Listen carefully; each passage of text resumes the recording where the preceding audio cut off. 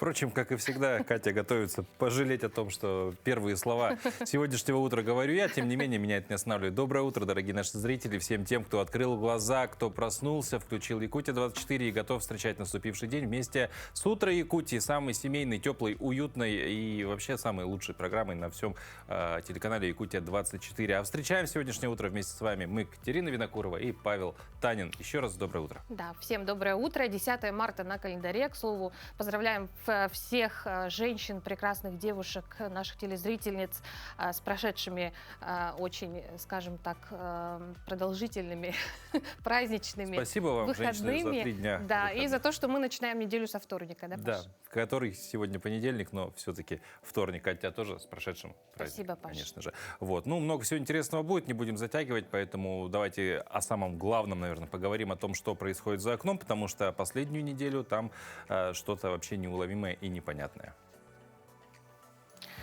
Итак, в центральных районах сегодня утром температура воздуха составила 36-39, днем ожидается от 9 до минус 18, в заречной группе 11-21 градус мороза, в южных от 6 до 10 со знаком минус, в Вилюйской группе минус 1, минус 7, в Нижнеленских от 9 до 13 градусов мороза, в западных от минус 1 до 8, в Колыме-Дигирской группе минус 17, минус 26, в Янских 20-27 со знаком минус, на северо-западе минус 10-12 градусов. Температура воздуха на 6 часов утра в городе Якутске составила 34 градуса мороза. Атмосферное давление 761 миллиметр ртутного столба. Ветер юго-восточный 1 метр в секунду. Ну а днем нам обещают без осадков. Ветер слабый. Температура воздуха составит минус 12, минус 14 градусов. Ну, почти тепла. Почти тепла.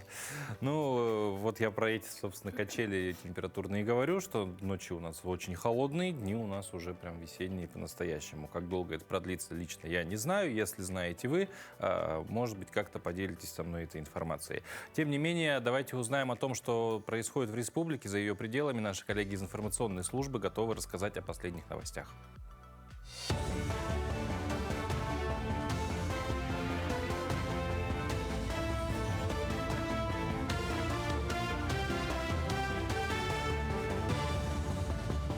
Доброе утро, Якутия. Далее блок новостей. С сентября этого года ветераны и добровольцы специальной военной операции получат право на бесплатное повторное среднее профессиональное образование. Согласно проекту приказа Министерства просвещения, даже при наличии диплома колледжа или техникума участники СВО смогут за счет бюджета освоить новую специальность. Данная мера станет частью обновленного порядка организации образовательной деятельности, который будет действовать до марта 2029 года. Одновременно с этим в России закрепляется модель профессионалитета, которая предполагает тесную интеграцию учебных заведений с реальным сектором экономики. В России получила распространение новая мошенническая схема, в которой злоумышленники выдают себя за сотрудников службы доставки магазинов дорогой техники. Преступники звонят гражданам и сообщают о якобы оформленном и уже оплаченном заказе, подтверждая свои слова знанием точного адреса и персональных данных получателя. Под предлогом сверки заказа они просят продиктовать код подтверждения из пришедшего СМС-сообщения, при этом игнорируя любые уточняющие вопросы о стоимости или составе покупки. Специалисты предупреждают, что получение такого кода позволяет мошенникам взломать личные аккаунты или получить доступ к дистанционному банковскому обслуживанию. С 1 июля этого года в России вводится первый национальный стандарт, устанавливающий требования к рабочим качествам собак-проводников. Документ детально описывает необходимые навыки, особенности характера и перечень команд, которые должно знать животное. Согласно стандарту, собака-поводырь должна обладать устойчивой психикой, быстрой адаптивностью и минимальным охотничьим инстинктом, а также уметь спокойно вести себя в общественном транспорте. Особое внимание в гости уделено безопасности. Собака должна быть обучена принимать самостоятельные решения в ситуациях, когда указания владельца противоречат реальной обстановке. Зампредседателя правительства России Юрий Трутнев подвел итоги третьего сезона всероссийского конкурса «Дальний Восток. Земля приключений». В этом году на проект поступило рекордное количество заявок – 859 фильмов, что в 1,5 раза больше, чем в прошлом сезоне. География участников охватила всю страну, а самыми популярными направлениями стали пешие, водные и зимние маршруты. Также по инициативе президента была введена новая номинация «Арктическое путешествие», а в честь Года защитника Отечества – категория «Тропами Победы», посвященная местам воинской славы. Главный приз в размере 3 миллионов рублей завоевала Марина Галкина за фильм «Одна в тундре. 700 километров пути». Якутские морозы потихоньку ослабевают, и люди начинают выходить на катки города. Сегодня в столице региона и в ее пригородах работает множество оборудованных мест. Горожане в основном выбирают катки на озерах Сайсары, Теплом, Талом и Щорса. Здесь якутяне могут взять коньки на прокат, а уже после катания согреться в теплом кафе. В вечернее время суток катки превращаются в настоящую сказку. Над ними зажигаются фонари, гирлянды или иллюминация. Самые смелые горожане отправляются кататься на коньках по реке Лене. Сейчас мы находимся на реке Лена. Это вот место силы для нас, якутов, поскольку здесь мы находимся со стихией воды. Для нас, для меня это вот побыть наедине с собой, послушать себя. Поэтому я очень счастлива. Особенно я счастлива прокатиться на коньках, поскольку в детстве занималась фигурным катанием немножко. Поэтому для меня вот сегодня прекрасный солнечный день. Ну и к другим новостям. В Ленске прошла весенняя ярмарка рукодельниц, приуроченная к Международному женскому дню. К ярмарке в продаже присоединились творческие объединения и учреждения. На столах были представлены изделия ручной работы, выпечка и соленья. У ленчан подобные мероприятия пользуются спросом, так и в этот раз ярмарка прошла с размахом. Уже много лет в преддверии Международного женского дня мастерицы проводят ярмарку. На этот раз к ним присоединились и творческие объединения Центра дополнительного образования СРГ. В детском-зале Дома культуры «Юность» были установлены тематически оформленные торговые ряды. Мастерицы представили все, что необходимо любителям красивых вещей для создания хорошего настроения на каждый день. Обложки для документов, записные книжки, фотоальбомы, украшения. На стендах можно было найти весенние заколки для модниц, броши, забавные игрушки, ароматное мыло и многое другое. Далеко в 2013 году идея ярмарки рукодельниц была моя. И я проводила эту ярмарку в Центральной библиотеке. У нас были только рукодельницы. Сейчас уже я этим не занимаюсь, но дело живет уже больше 10 лет. Детские объединения подошли к оформлению своих прилавков творчески. Так коллектив ансамбля русской народной песни «Былиночка» выбрал тему Барби. На ярком баннере были изображены фотографии кукол. Место украшено шарами в цвет. Продукция оформлена розовыми лентами и красочными ценниками. Для продавцов были специально приобретены праздничные передники. Каждый покупатель получал в подарок раскраску Барби. Продукция была представлена разнообразная. Выпечка, домашний хлеб пользовался особым спросом. Овощи, соленья, свежая рыба, пельмени ручной лепки и многое другое. Выпечка свежая. Родители некоторые готовили с самого утра, принесли горячую, с пылу с жару. Ну, я, конечно, забрала все банки, кабачковую икру, помидорки, огурчики, все домашнее, потому что у нас нет времени на это, чтобы их закручивать, чтобы такое делать. Все-таки домашнее ценится, поэтому подумываю еще домашние пельмени забрать. Мы сегодня с мамой, с бабушкой готовили хлеб. Он получился очень вкусный, его многие покупают. В соседнем зале для детей рукодельницы проводили мастер-классы по росписи магнитов, изготовлению браслетов и значков. Я делала брошку, потому что мне очень картинка понравилась. Мы с моей подругой Лизой сделали парные значки. Что там значки у тебя? Аниме. Я делала значок в форме глаза. Он красивый очень. Сначала вырезали ножницами, потом впихивали в голубую, зажимали, и потом в другую сторону также, и получался вот такой значок. Праздничное настроение после посещения творческого мероприятия осталось у всех. Все вырученные средства объединения потратят на свое развитие. Светлана Болева, Виталий Андреев, Ленск. Ярмарка рукодельниц в Ленске подарила людям тепло, которым пропитано все то, что создается умелыми руками. Но есть вещи, которые создавать не нужно, они приходят сами. Например, сны, а сегодня особенные, облачные. День облачных снов – праздник для тех, кто любит засыпать под мягкими пушистыми облаками и видеть нечто легкое, воздушное, почти невесомое. Говорят, именно сегодня сны особенно хорошо запоминаются и могут подсказать что-то важное. А может, просто подарят хорошее настроение на весь день. Так что предлагаем вам немножко вспомнить, что вам снилось, может быть, как-то это переосмыслить, найти какие-то подсказки. Ну, а мы тем временем узнаем, какими еще праздниками и знаменательными событиями отмечен сегодняшний день в календаре. На календаре 10 марта. Сегодня День архива в России. По народному календарю Тарас Бессонный. На Руси считали, что святой помогает бороться с лихорадкой, и что в этот день нужно непременно помолиться Тарасию, иначе лихорадка вгонит в сон. Этот день в истории. В 1564 году, 10 марта, в Москве вышла первая русская печатная книга «Апостол». В 1710 году в этот день издан первый печатный учебник по географии на русском языке. В 1813 году учреждена прусская воинская награда «Железный крест». В 1889 году запатентована первая автоматическая телефонная станция. А в 1910 году в Китае было запрещено рабство.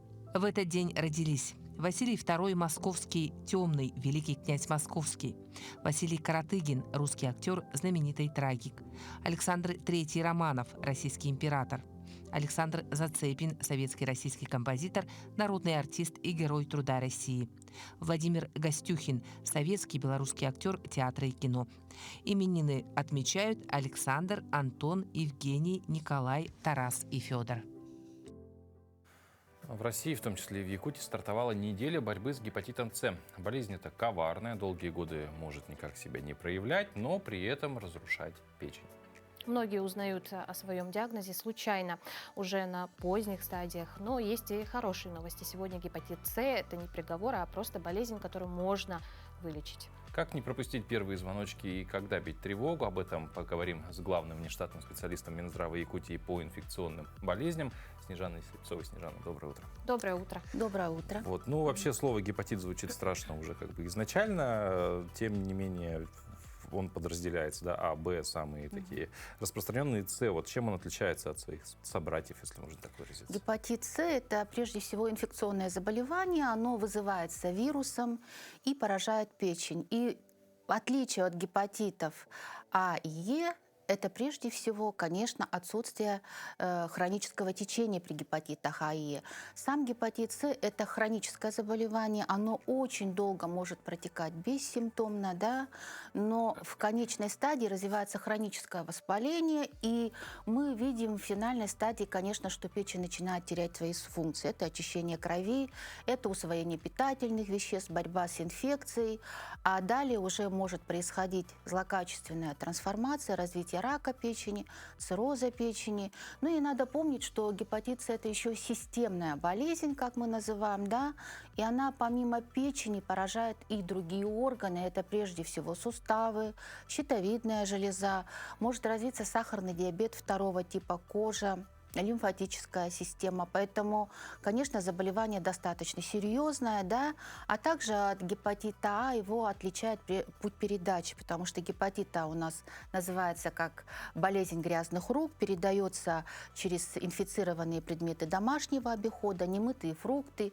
овощи, может быть заражение через воду, а гепатиты Б и С мы в обиходе называем кровяными инфекциями.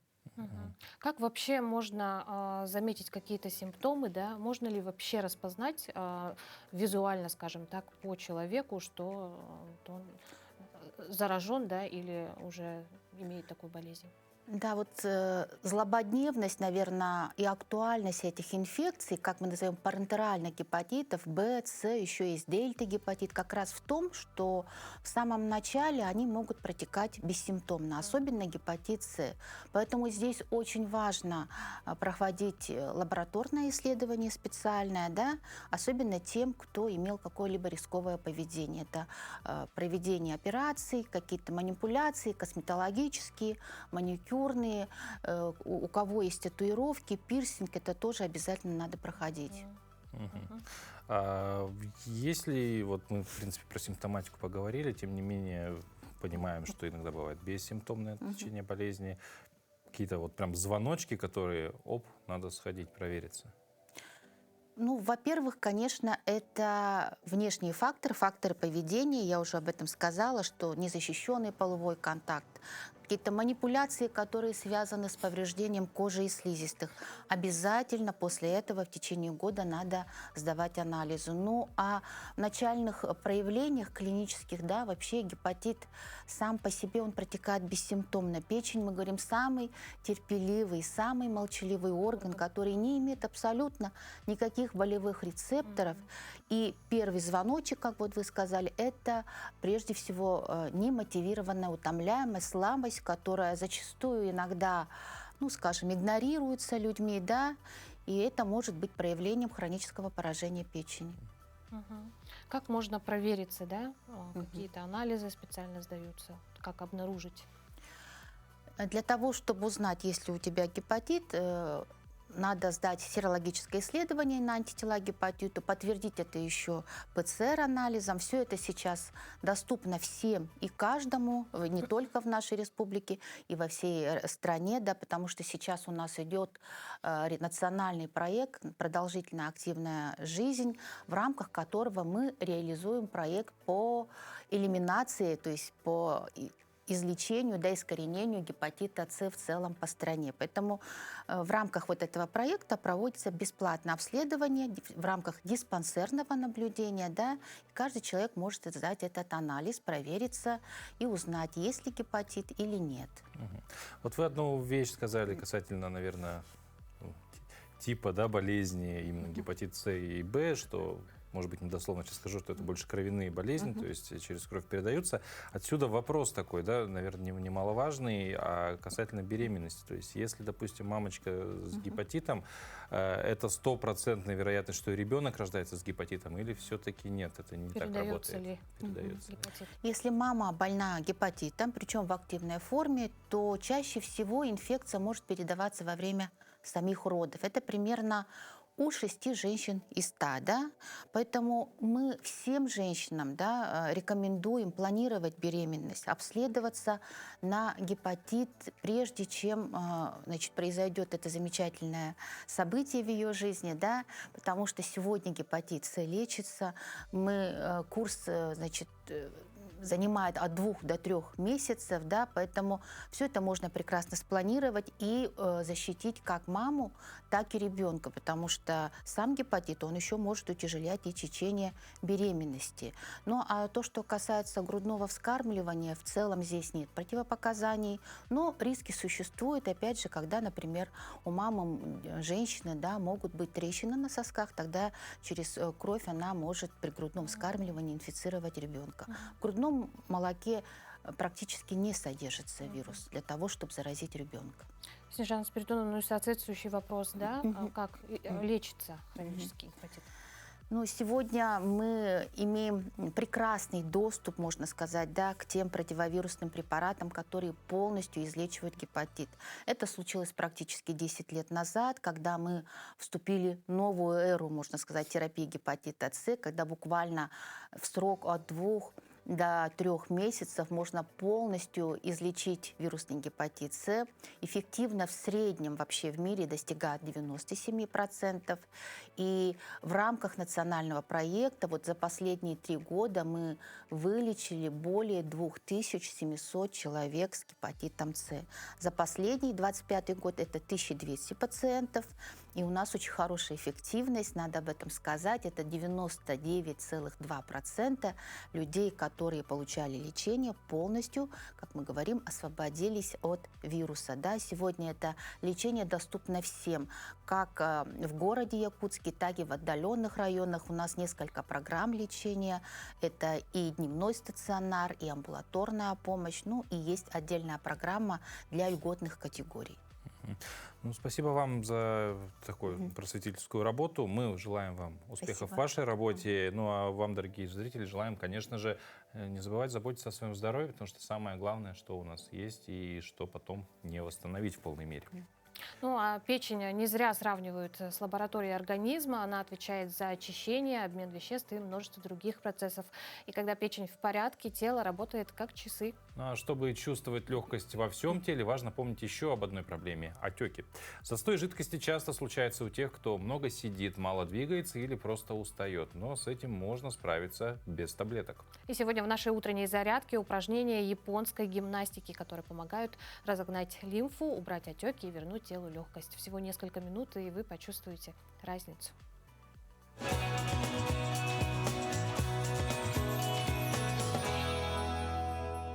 Доброе утро! Сегодня я вам покажу и расскажу, как можно с помощью японского массажа Гуро убрать утренние отеки. Давайте повторяем за мной. Сначала мы должны обязательно проработать комплексно все тело, не только лицо, да, но и по телу, потому что у нас есть несколько лимфатических узел, которые мы должны активировать. Самое первое – это мы должны активировать лимфатический узел подмышечный. Что мы делаем? Сначала мы находим подмышку и где-то на сантиметр отходим, на 3 сантиметра отходим от подмышки, ставим 4 пальчика. Пальчики должны быть плотными, движение должно быть круговыми, и мы массируем эту область в течение где-то 30 секунд.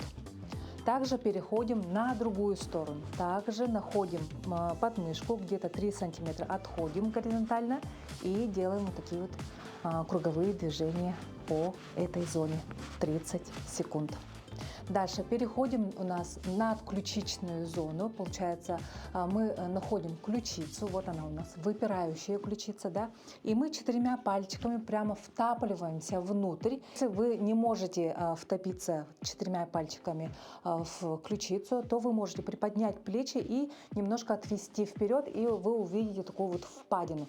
Вот эту вот впадину мы должны максимально хорошо проработать. Здесь у нас тоже лимфатические узлы, которые жидкость с лица стекает именно под ключичную зону. Что мы делаем? Все 4 пальчика мы погружаем прямо внутрь, делаем вдох носом глубокий и резкий выдох, отпускаем. И так мы делаем 6 раз. Давайте.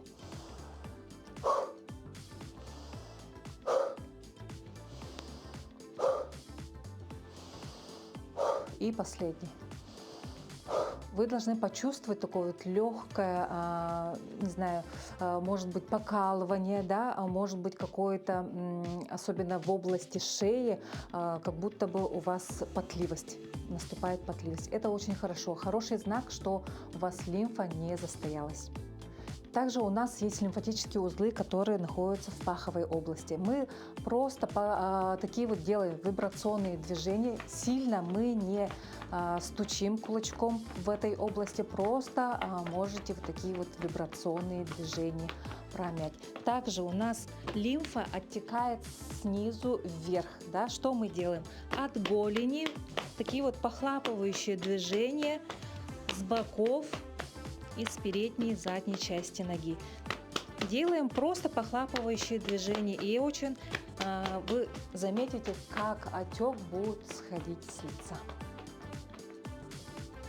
Всего лишь 5 минут в день, и вы уберете отеки с лица и по телу. Увидимся, до новых встреч!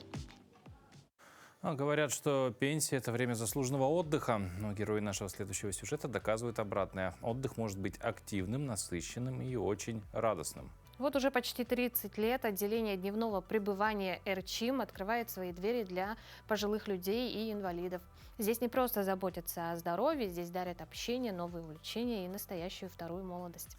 Смотрим в следующем сюжете. Каждое утро Тамары Степановны начинается с небольшого путешествия. Сын провожает Юни на работу, а на заслуженный активный отдых в отделении дневного пребывания РЧИМ. И вот уже неделю ходит наша мама, бабушка, каждый день с радостью приходит. Ну, здесь очень тепло встретили. Здесь каждый чувствует себя как дома. Можно поправить прическу перед началом насыщенного дня, можно просто отдохнуть или посидеть и обсудить последние новости с подругами. Но главное действие начинается ровно в тот момент, когда звучит колокольчик. Он здесь вместо школьного звонка. Только вместо уроков – любимые занятия. Коридоры наполняются движением, чтобы каждый оказался там, где ему интересно. В зале адаптивной физкультуры разминка на велотренажере, а в соседней комнате нейробика – зарядка для ума.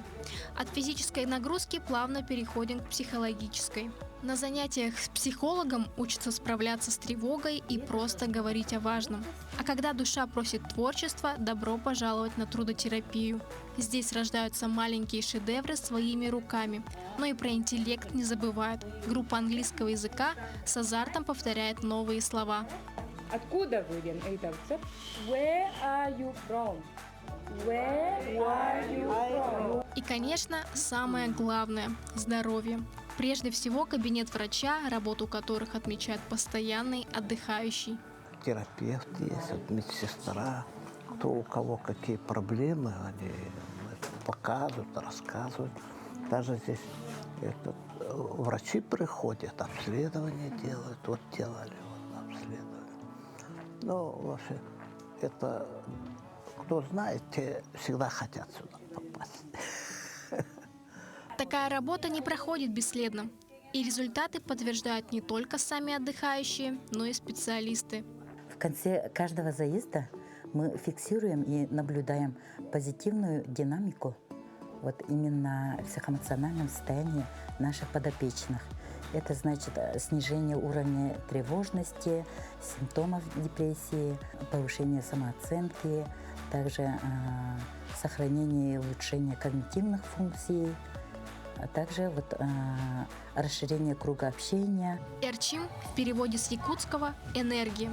Энергия, которая бьет ключом. Выходя из стен центра, подопечные уносят с собой не только заботу о здоровье, но и, главное, чувство нужности и радости от каждого дня. Это пространство, где каждый человек может почувствовать себя важным, а также найти новых друзей. Милона Полушкина, Аэлита Махно, Якутск. В русском языке есть слова, которые звучат почти как подарок. Одно из них – наделить. Мы можем наделить кого-то доверием, полномочиями, душевным теплом или просто хорошим настроением. Но как правильно употреблять это слово? Есть ли у него скрытые грамматические нюансы? И почему важно не путать его с похожими по смыслу глаголами? Сегодня в рубрике «Говорим правильно» разбираемся со словом «наделить» во всех его смыслах и формах.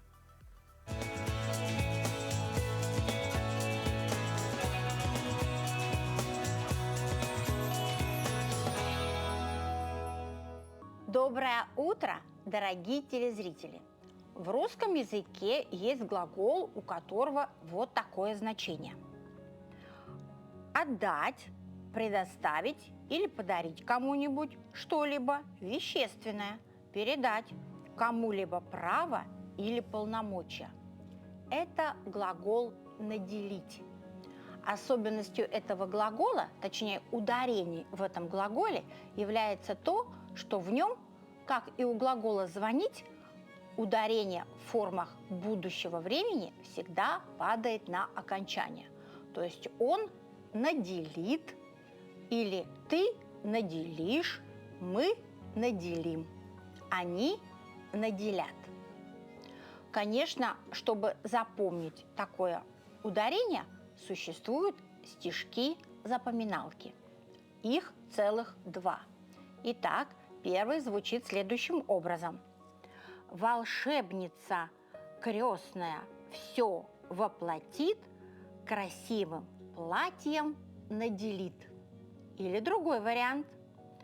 Кто греха не творит, судьба щедро счастьем наделит. Давайте говорить правильно. Всего доброго!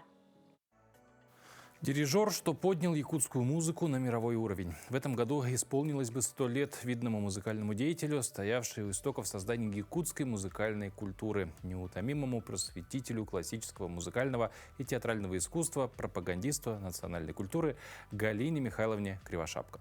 О легендарном первом дирижере Якутии расскажет рубрика «История в кадрах».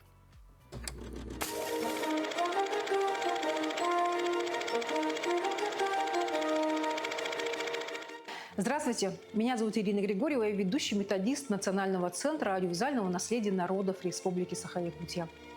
В этом году исполняется 100 лет видному музыкальному деятелю, стоявшему у истоков создания якутской музыкальной культуры, неутомимому просветителю классического, музыкального и театрального искусства, пропагандисту национальной культуры Галине Михайловне Кривошапко. Галина Кривошапко родилась 17 июня 1916 года в Омске. Рано лишившись родителей, находясь под опекой бабушки, поступила в Омский музыкальный техникум на фортепианное отделение. Музыкой начала заниматься с 10 лет. В феврале 1941 года Галина Михайловна переезжает в Якутию. Здесь, на новом месте, она работает пианисткой, музыкальным редактором Якутского радио. Занимается с местными и приезжими певцами, работает с хором, исполняет партии арфы в оркестре. В 1959 году окончила Московскую консерваторию по специальности оперно-симфоническое дирижирование. Галина Михайловна создала в Якутском пединституте один из первых в стране университетов музыкальной культуры. Ее выступления с симфоническими оркестрами Москвы, Ленинграда, Большого театра записаны в золотой фонд Всесоюзного радио. Галина Кривошапко руководила постановками первых якутских опер «Нюргун-Батур», балета «Полевой цветок» Жиркова-Летинского, первой якутской оперетты «Цветок севера» Григоряна, оперы «Уакот» и «Нергусон». Дирижировала первыми постановками опер на якутском языке Евгения Онегин-Чайковского, балетами «Лебединое озеро» Чурумчуко-Батуева. Галина Михайловна была инициатором, организатором и художественным руководителем уникальной грамзаписи якутского народного эпоса «Нюргун-Батур стремительный» в исполнении народного артиста СССР Гаврила Колесова. В течение 32 лет Галина Кривошапко являлась главным дирижером симфонического оркестра якутского телевидения и радио и всегда поддерживала молодых якутских композиторов. Она выявляла и бережно растила якутских певцов, следила за их ростом, певческой деятельностью. За выдающийся вклад в развитие и пропаганду классического музыкального искусства, духовное и эстетическое воспитание молодежи, многолетнюю творческую деятельность Галина Кривошапко в 1911 году была отмечена высокой наградой Якутии – орденом «Полярная звезда». Галина Кривошапко была человеком высочайшей культуры, эрудиции, организаторской воли. В книге «Пространство памяти моей души» профессора Якутского госуниверситета Марты Михайлова есть замечательные строки о Галине Кривошапко. Она красива и горда. Это удивительно строгая женщина с такими потрясающими, крылатыми, летящими глазами. Это была рубрика «История в кадрах». Изучайте историю вместе с нами. Это интересно.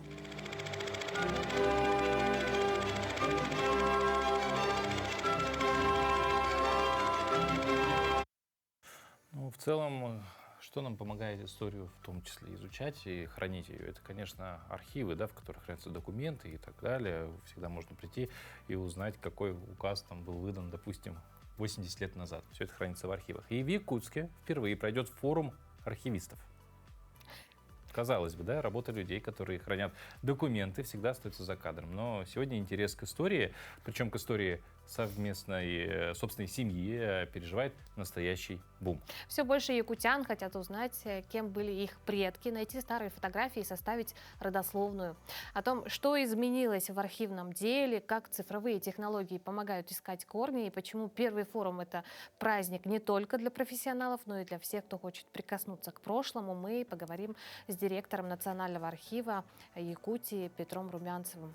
Петр Васильевич, доброе утро. Доброе утро. Ну, вот первый форум архивистов Якутии, событие, которое, ну, как бы по названию сугубо кажется профессиональным, да, только для профессионалов своего дела, или все-таки обычным людям тоже оно будет интересно? Могут ли жители республики попасть на какие-то, может быть, открытые мероприятия, мастер-классы, лекции? Да, что будет интересного, полезного, да, для населения? Ну, конечно, форум архивистов проводится впервые в этом году, поскольку, да, как вы знаете, у нас республика объявлена годом культуры. Архив относится к сфере культуры. Да, мы как-то в организационно-методическом плане подчиняемся Федеральному архивному агентству. в том плане. Ну и, конечно, это у нас профессиональный праздник. Соберутся все работники архивов республики, то есть муниципальные архивы, улусов, городов и районов. Да, ну, конечно, но мы постарались в этом году как-то вот сделать ориентацию на как бы рядового человека, который далек от архивного дела, но, как вы сказали, и какие-то интересы к архивному делу у него есть. Да. И сегодня вот откроется форум, да, это, значит, в 202-м квартале, там центр «Патриот», и откроется ровно 2 часа. Ну, для людей, да, которые, для дилетантов и так далее, вот это будут интересны различные консультации и мастер-классы. Во-первых, конечно, это мастер-класс по составлению родословного древа, будет лекция, консультации и мастер-класс. Также будут мастер-классы и консультации по заполнению социально-правовых запросов, то есть, да, которые связаны вот, с пенсионными, да, начислением пенсий для человека, это для рядовых людей. Ну и другие вот такие моменты, как книжная выставка, архивные выставки и так далее. Ну, вот многие думают, что архив — это как бы такой просто склад бумаг, да, старых каких-то документов и так далее. Но, наверное, за последние годы, с учетом цифровизации, мы не раз в студии тоже говорили с представителями, да, этого ремесла, этой профессии, что, в принципе, работа очень сильно изменилась, и вот чем сегодня Национальный архив живет? Ну, этот стереотип немного, да, уже для людей, как бы сказать, уже отходит в прошлое, благодаря медиапространству, так можно сказать, да, мы популяризируем, да, активно. Ну, конечно, это в последние годы, вообще вот последние десятилетия деятельность архива проходит в условиях цифровой трансформации, так скажем, да. То есть оцифрованы документы, тематическая группа документов, это, значит, метрические книги церквей, да, переписи населения дореволюционные, да, и также и переписи 1926-28 года, общесоюзная перепись, это главный, можно сказать, документ, откуда мы отталкиваемся при составлении родословных. Ну и у нас в данное время вот завершается работа по цифровке информационно-поисковых средств, да, архива. То есть как бы они включены в базу данных, которые, у нас ведется централизованный учет архивных фондов, автоматизированный. То есть они находятся в центре, в городе Москве, в Росархиве, на портале «Архивы России». Ну, конечно, вот эта работа продолжается, оцифровка документов. Например, у нас оцифрован документ по Великой Отечественной войне, да, документы якутских военкоматов, так, ну и различные другие группы, как документы, как особо ценные документы архива. Это работа, которая будет продолжаться, так сказать, постоянно и, можно сказать, бесконечно, в принципе. Петр Васильевич, сегодня модно составлять так называемое генеалогическое древо, да, как вы уже сказали. Правда ли, что с каждым годом все больше желающих, да, составить? И какие советы вы бы дали человеку, который начинает только поиск своих корней? Да, действительно, очень много желающих, и к нам поступает очень много заявлений от граждан. Мы и не справляемся, можно сказать, даже, да, поэтому как-то и соблюдается очередность, и это работа платная. Работа платная, это сразу бюджет республики, да, как бы сказать, они платят. Родословное древо, конечно, это очень сложное дело для того, чтобы составлять. Человеку сначала надо ознакомиться, да, с всей доступной информацией по своей родословной, спросить всех живых родственников, можно сказать, да, да, если где опубликована литература, где, да, и, в общем, человек должен прийти готовый для работы в читальном зале архива.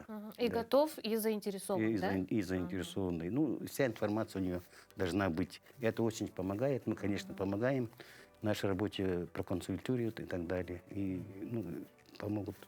То есть архив в этом вопросе, в основном, консультационную поддержку оказывает. То есть нет такого, что, допустим, пришел в архив, заказал, оплатил услугу, и тебе выкатили. Да, первое время, когда вначале бума так делали, а потом наплыв такой вообще.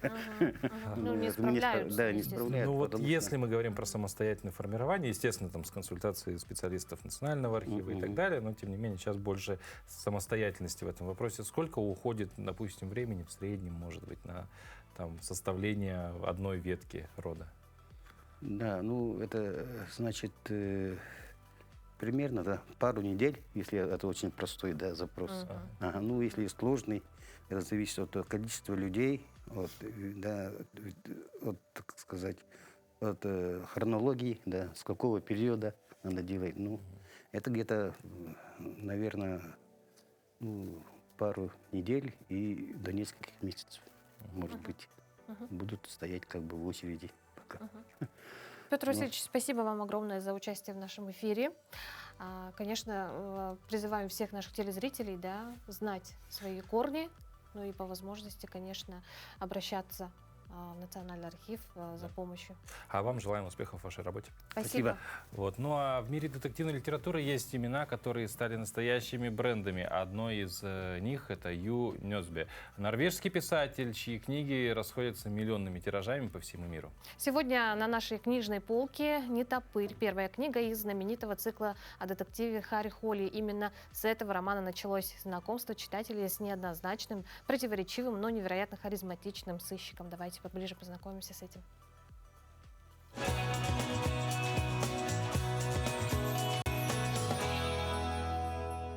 Один из лучших детективов 21 века. Это серия про Харри Холли, первый роман «Нетопырь». Автор Ю Нёсбе. Сегодня я порекомендую вам этот цикл, потому что, наверное, с конца 20-го, начала 21 века существует не так много детективов, которые поражают, которые удивляют нас, как в свое время удивлял Шерлок Холмс или «Приключения Эркюля Пуаро». Мы знаем, что это скандинавский детектив, написанный в конце 20 века, и серия продолжалась долгое время. Сегодня, наверное, многие из вас смотрели фильмы по этому циклу, но были разочарованы. Не надо смотреть фильмы по Харри Холли, нужно читать. В Национальной библиотеке Якутии есть огромное количество книг в этом цикле, и есть и детектив, и динамика, и харизматичный герой с темным прошлым, и самая настоящая интрига с начала и до конца. Кто же убийца, и почему в этих книгах такой густой скандинавский дух, которого не хватало многим читателям. Перечислить премии, которые получил этот цикл, я думаю, будет невозможно и за час. Это и книга года, и «Хрустальный ключ», и лучшая книга скандинавская в жанре детектив. Я думаю, что если вы хотите прочитать про интересного героя, который расследует преступление необычно, в своей какой-то манере мужской, и при этом не идеальный герой, то цикл Харри Холли, 12-13 книг, это то, что вам нужно. Читайте книги, любите жизнь, и не забывайте, что удивительные книги всегда рядом. Например, в Национальной библиотеке Якутии. Вензел и Сьюзан приехали на Камчатку прямиком из Африки, но дорога туда заняла у них полжизни. Они объехали полсвета, жили даже в Якутии, выучили русский и в итоге совсем перестали бояться холодов. У этой пары очень необычная и насыщенная история, о ней расскажем прямо сейчас.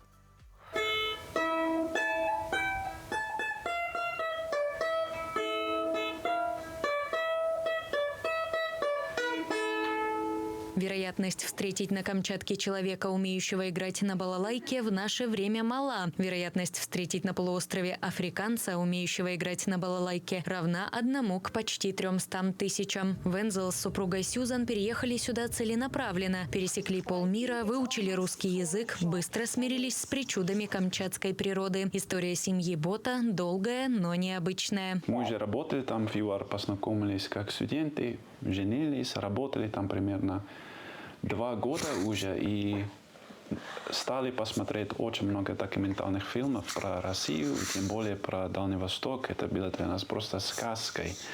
Мы ничего не знали про это. И решили однажды, когда у нас был отпуск, 10 дней посетить Камчатку как туристы, примерно 7 лет назад. Да?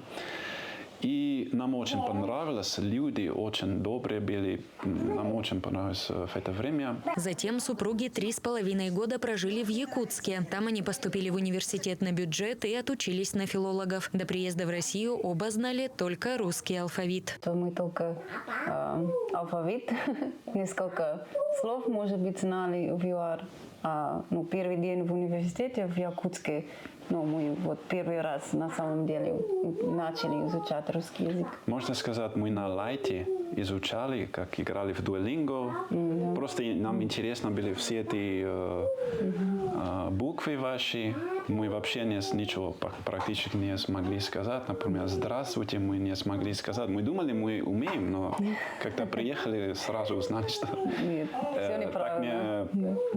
так неправильно. 2,5 года назад семья переехала на Камчатку. На родине Сьюзан работала бухгалтером, Вензел – инженером. Здесь же они решили преподавать английский в языковой школе. В крае это оказалось востребовано. Супруги продолжают изучать русский язык, полностью погрузившись в языковую среду. Тем временем их 3-летняя дочь Элизанна говорит на английском и одном из вариантов голландского. Сын Венгу, которому еще нет и года, в силу возраста почти не говорит. В планах научить обоих русскому. Пока Вензел и Сьюзан помогают камчатцам изучить английский, некоторые студенты в ответ обучают своих педагогов интересным русским фразам. Постоянно нам говорят, слышали вот это слово или этот сленг.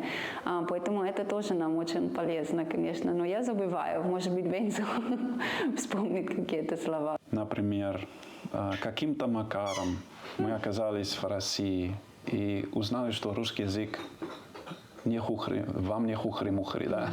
Вот такие моменты бывают, это нам тоже весело так играть в языке. Да, но мы не хорошо знаем прямо все сланговые слова, особенно у молодежи. Возможно, мы не все понимаем. Мы еще в процессе обучения тоже. Родственники супругов не поняли их порыва переехать именно на Камчатку, но, несмотря на это, поддержали такое решение. Мама Вензела уже один раз была здесь на Камчатке, ей очень понравилось. И моя мама тоже 2-3 раза, по-моему, уже была здесь, тоже в Якутске была. И она очень любит Россию, Москву, Камчатку особенно. Она очень любит снег. Вначале, правда, было им страшно. Вот Россия, все вот это. Потому что люди там очень боятся холод, эти моменты. Но когда сами были здесь, им очень понравилось, очень-очень. Сами супруги утверждают, после жизни в Якутске им уже ничего не страшно. Ни холода, ни сугробы. Даже с землетрясениями они свыклись, пусть и не сразу. Более того, переезжать в другой регион России или в другую страну Вензел и Сьюзан пока что не планируют даже в далекой перспективе. Уж больно им понравился суровый Камчатский край. Детство кажется беззаботным временем, но на самом деле именно в эти годы человек впервые сталкивается с тревогами. Темнота, громкие звуки, чужие люди, страх остаться без мамы – все это знакомо каждому родителю. Сегодня в рубрике «Дела семейные» поговорим о том, как правильно реагировать на детские страхи, чего точно не стоит делать, чтобы не закрепить тревогу, как отличить нормальную возрастную боязнь от проблемы, с которой нужна помощь специалиста.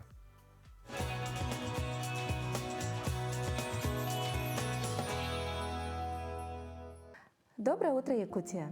Сегодня в рубрике «Дела семейные» мы с вами поговорим о детских страхах. Ребенок может принять за шебуршание монстра просто стучание ветки, например. Или если звучит гром, ребенок может подумать, что какой-то бог-громовержец сейчас устраивает какие-то события на небесах. Да? Учитывая то, что дети очень много смотрят телевизор, мультики, фантазия работает, то, конечно, у детей очень много возникает таких вот немножко иррациональных страхов. Как помочь ребенку справиться с его страхами? Во-первых, нужно признать его право на страх. То есть самая главная фраза, которую ребенок должен от вас услышать, это то, что «я понимаю, что тебе страшно, но я рядом, и ты в безопасности». Не нужно говорить «не бойся», лучше скажите «я с тобой, и вместе мы справимся». Дайте страху имя и форму.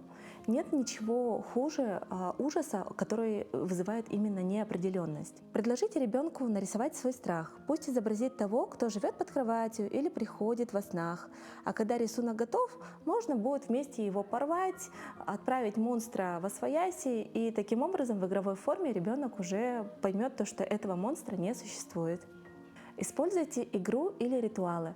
Здесь можно будет разыграть какую-то сценку, то, что зайчик боится темноты, а Мишка, например, приходит и помогает ему справиться, пока достает волшебный фонарик. Также, как ритуал, можно будет сделать с детьми ловец снов своими руками.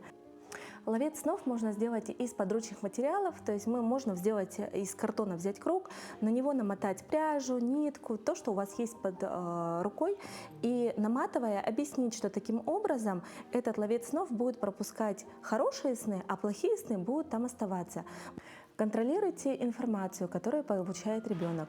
Чаще всего дети начинают бояться после того, как они посмотрели фильмы ужасов или поговорили с другими детьми, рассказали друг другу страшилки. То есть здесь страх рождается именно из-за незнания. Соблюдайте режим и создавайте чувство безопасности для ребенка. Самое главное, чтобы ребенок полноценно спал, полноценно питался, и это будет снижать уровень тревоги. Также спокойные ритуалы перед сном, например, там теплая ванна, объятия, сказки. Это создает чувство защищенности у ребенка. Возле кровати можно поставить ночник, для того, чтобы ребенок видел, что комната освещается мягким светом и что там безопасно и комфортно. Сейчас поговорим о том, чего не стоит делать, то есть какие родительские реакции могут, наоборот, усугубить ситуацию. Нельзя заставлять ребенка посмотреть страху в лицо, то есть закрывать его, если ребенок боится темноты, закрывать его в темной комнате. Или если ребенок боится собаки, заставлять насильно погладить собаку. Также не стоит высмеивать ребенка и стыдить. Например, говорить: ты же уже большой, ни у кого под этой кроватью нету, там, иди посмотри, залезь и так далее. Да? То есть ребенок должен понимать, что он получает поддержку от родителей. Также не стоит пугать ребенка в воспитательных целях. Например, если ты сейчас не ляжешь спать, то мы позовем бабайку, например, или придет серый волчок и так далее. То есть ребенка это будет вызывать только еще больше тревоги. Не стоит игнорировать ребенка. То есть если ребенок говорит вам о своих страхах, то это действительно очень важно для него. И надо прислушаться к ребенку и успокоить.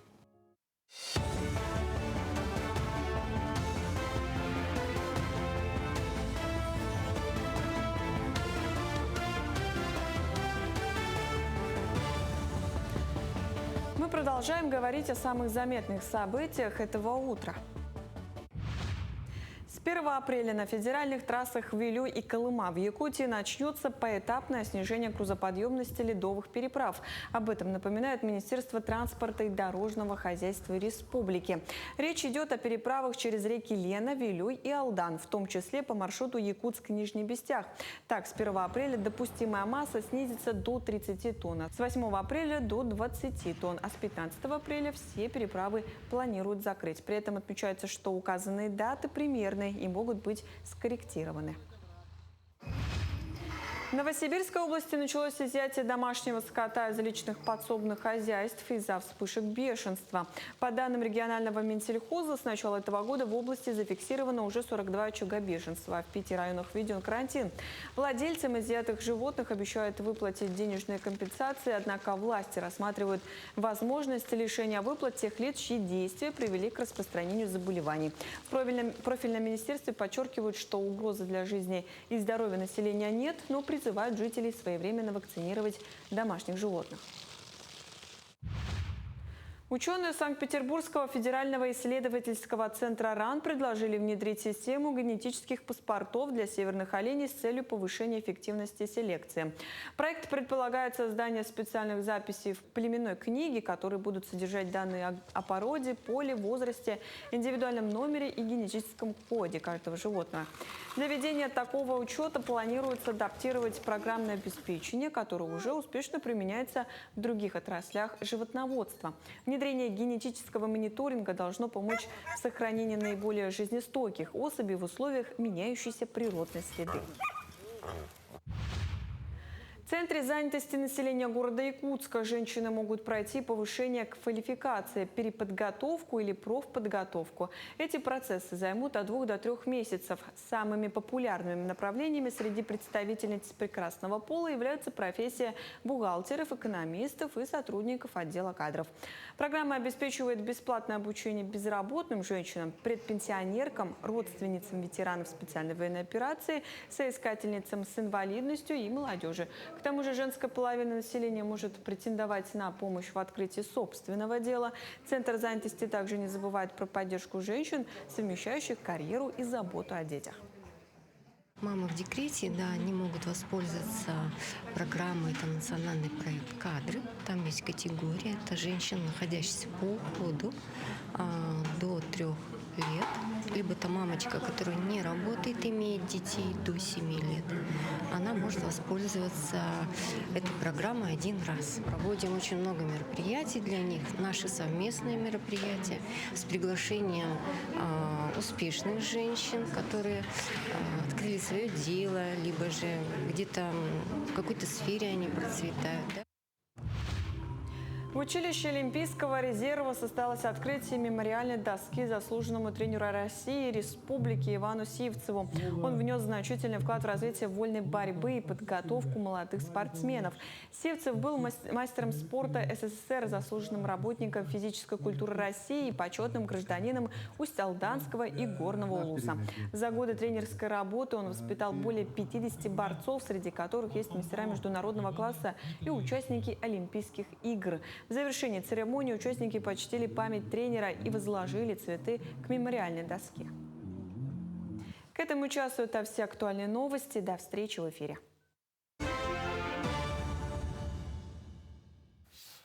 Ну вот так, в общем, мы неделю начали. Дай бог, она так и пройдет, как говорится, да? Да, вот таким вот. Фу-фу-фу-фу-фу, все ровно, быстро, четко, да? быстро, динамично и, главное, с Да, удовольствием. и по-весеннему, и по-теплому. И давайте по утрам улыбаться, может, утро перестанет быть таким холодным, весна быстрее наступит. Хорошего вам дня, до завтра. Увидимся завтра.